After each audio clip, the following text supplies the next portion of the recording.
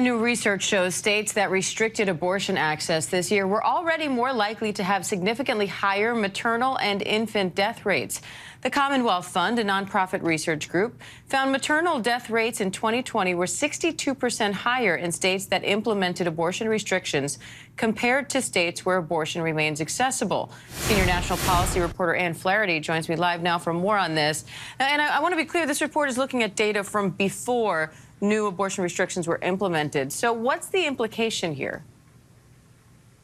So, Diane, this was something that people have been talking about for a long time, but now we have the data to back it up. So what this report did was it looked at all of the states that imposed the most restrictive laws on abortion and what kind of system did they have in place to care for women to carry through with their pregnancies. What it found was that of 12 states with these restrictive abortion laws, 10 of them hadn't expanded Medicaid. When I spoke with the lead researcher on this, he said that's a big problem because it's so hard to qualify for Medicaid in these states that most of these women are foregoing entirely any kind of health care until they're several months along. And then by the time they show up at a doctor's office, sometimes they have high blood pressure, other health issues that make their pregnancy very, very dangerous, and it becomes very problematic. The other thing this study found was that there were very few providers.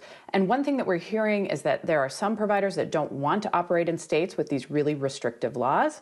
And it's hard to find doctors in rural areas. So this is the concern here, is that this is going to exacerbate these problems, and particularly these racial divides that we see in care across the United States.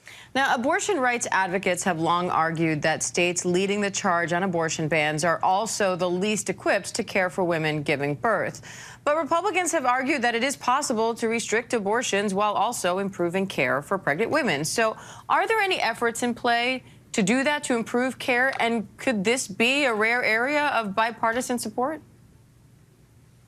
Well, bipartisan support, probably not, but is there an effort? Yes. So Tate Reeves of Mississippi, this is the state that led the charge challenging Roe v. Wade. They won in the Supreme Court, but they also have some really big problems with women's care. And this is one of the states that did not expand their Medicaid. The governor's very against that.